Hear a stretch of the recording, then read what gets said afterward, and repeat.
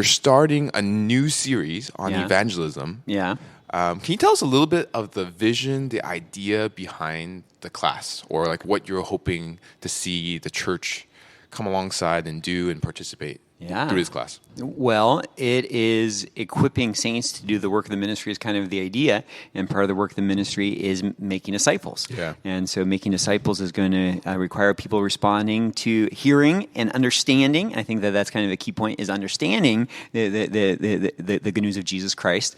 So it is we're kind of like focusing on an evangelism, and I don't want to talk about it being a method. We're not. It's really very method light. It's just kind of a template to help talk through the gospel, particularly to people who don't have a Christian background. So it's called Two Ways to Live, developed by Matthias Media, I think in the 80s or something.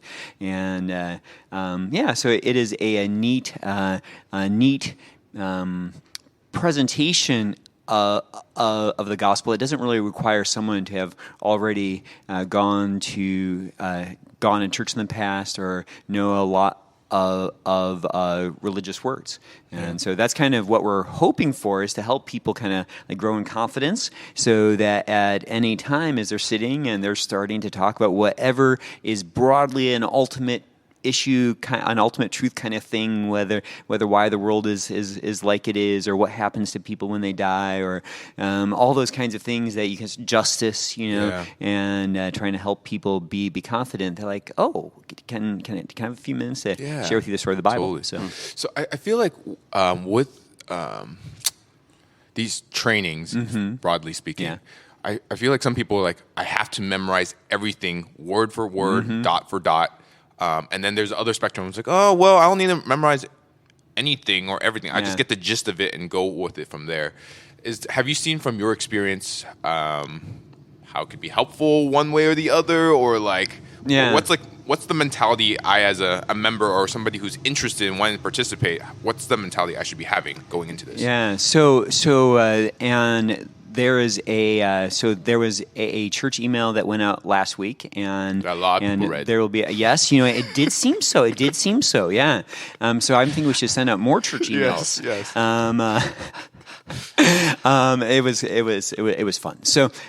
So with this, I find that some memorizing is useful, but it's fairly limited. Yeah. So we're going to do something real simple, like draw a little crown, draw a circle, and draw a stick figure, and that's all the pictures that are going to be used in the first of 6 little drawings. And so next week, people are going to be bringing their pads of paper and their pens or their iPads, and just do something real simple like that. And then the script for the first box, and let me see if I got it, is pretty simple. That God is the ruler of the world. He made the world.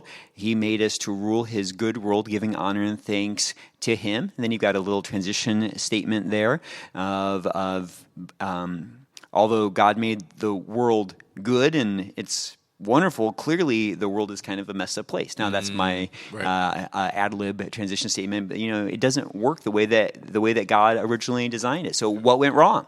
And that leads into the second box. So along with that, it is a memory verse, but I also know that a lot of people in transformation groups are memorizing scripture. So even if they just memorize the reference of Revelation 4:11, which a lot of people know, where there you are, Lord and God, to receive glory and honor, power, for you created all things, and by your will they existed and were created. I think it's a verse that a lot of people know and maybe even learned in the past with other evangelism methods. So there is some memory to it. We're going to try to have the first 3 boxes memorized for this Sunday.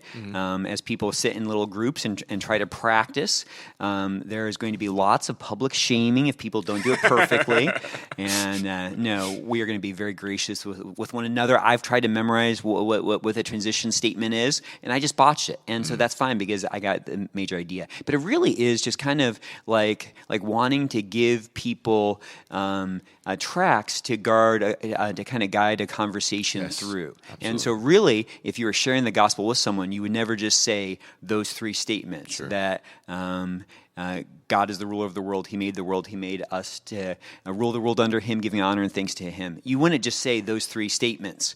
Really, you would want to talk about how amazing of a king God is and how generous he is. And so we're going to probably be talking some about some other kind of details we might want to we want to add to that real basic script, depending on how the conversation. So it's really kind of like it's just opening the door to make sure we have a full understanding of the gospel and have a little bit more in our belts ready to communicate, but kind of keep the conversation going by saying, I kind of want to walk us through these 6 doors here. And at times we don't want to spend too much time in that first room because you're not going to answer everyone's questions anyways, but how can we kind of get to that second room? Sure. And so if you are listening to this and you weren't here for Equipping Hour, you can go, you can search on YouTube for 2 ways to live, and you can see a presentation. You can search for 2 ways to live, and it'll take you to basically this kind of method as a track online. It's also on the email, though. For it's your on the email. It's yes. on the email. Yes. The links are on the email, I talked to right? someone who was like, I didn't get this. I'm like, well, try searching for Equipping Hour. Yeah. And sure enough, it came up. So unless you've automatically put me into your spam folder,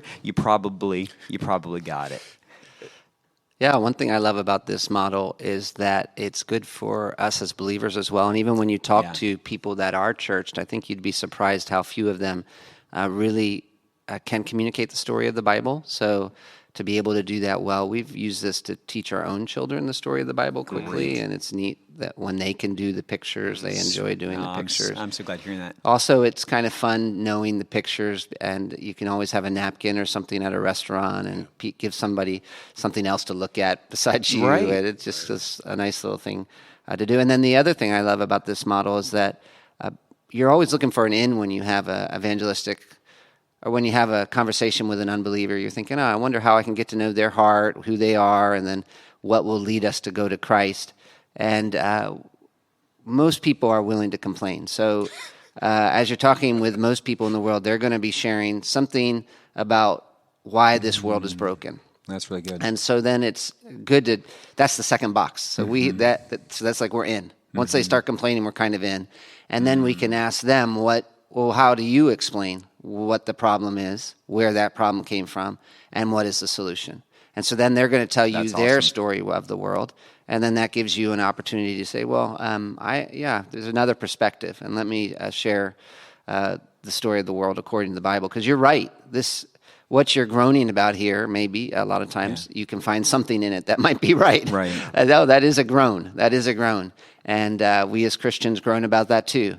But we have a different, we think it's caused by a different thing than you do. And then also we think the solution is different. So those questions are like, what can you just share that again? So you're talking to someone, and they are and like this happens all the time. Like whether you're in a coffee shop or coworkers, people recognize the world is broken, right? So you mentioned asking them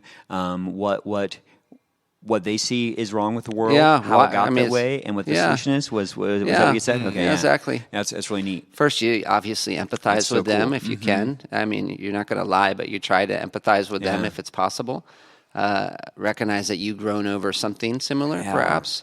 Bad bosses. I mean, it's true. We groan over people using their authority positions in sinful ways. Yeah. What do you think is the solution? Usually their solution will be something like fixing the circumstances in some way. You can press on that a little if you want and try to see, is that really a solution? And then, in other situations where your circumstances have changed, has that solved it as well as you think? And then you're looking to explain, this is why actually you have the problem you have. God He made the world perfectly. It wasn't like this. This is why it's like this, and this is what God's done. Very cool. Yeah. Well, it makes me excited. So we're going to work on that the next 2 Sundays at 9 a.m. Yep. We're going to have that first Sunday of July as a prayer time. We don't really have Equipping Hour planned for July, but I'm kind of imagining we're going to need some more practice time. So I would love to see people kind of and just get together, be practicing. I started thinking it'd be a lot of fun to get appropriate list of people we are praying for, and be praying for who's going to try in this upcoming week. Maybe we can try out on some of our Christian friends first. So kind of hoping to do some practice off this. Because like we do this in our industry a good amount in the sense of script practicing, because we want. And what is your industry, Will? I have a house in Orange. But like, yeah, like you're talking about like practicing with one another. But I think at the same time, we as a participant need to make up in our mind whether we're going to memorize it or we're just sort of like just understanding it to some degree. Don't like sort of like be on both sides of the fence. Like, No, it's do good. your best to memorize as much as you can.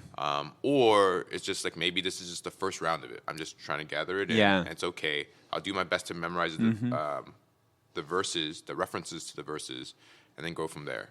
Because like if you're doing one or the other, I feel like it's easy just to give up. It's like, oh, I memorized it. I'm so behind. Just forget about it. It's like sort of like reading and things like that. So I think it's going to be exciting to see what we learn from this, from the equipping hour. Yeah.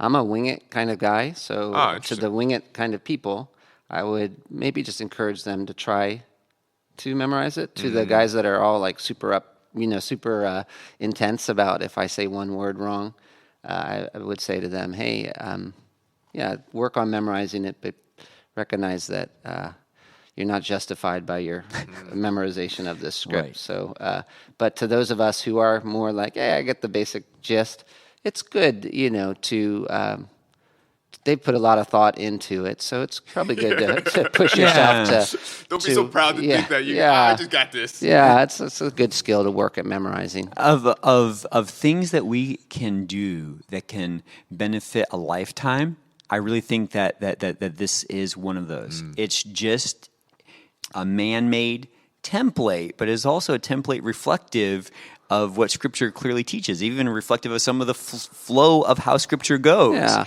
And so I think that really if someone puts in a little time now, they could totally be using this for 20 or 30 or 40 years. And what happens when you get in conversation sometimes is you're like flustered and you're like flailing, and it's nice to have some things in your mind. Video. Yeah, some things in your mind like, okay, I can say that. And then when you say that, it starts getting you moving in the right direction again. And the point of all this is not to like necessarily, I'm a robot, I'm going to say this, No, that, please the other. no. The point of it is more of like, I want to be able to listen to what the person has to say.